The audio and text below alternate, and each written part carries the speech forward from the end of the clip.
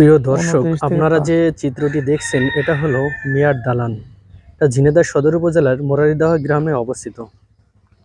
এটা তৈরি হয় আনুমানিক 1229 খ্রিস্টাব্দে।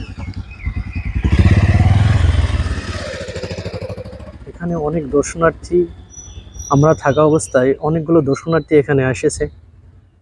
আমরা ভিডিও তো পরে এডিট করব, এখন আমরা আর কি বাস্তব চিত্র নিচ্ছি নাকি। ঠিক আছে, আমরা মিয়ার দালানে প্রবেশ করব।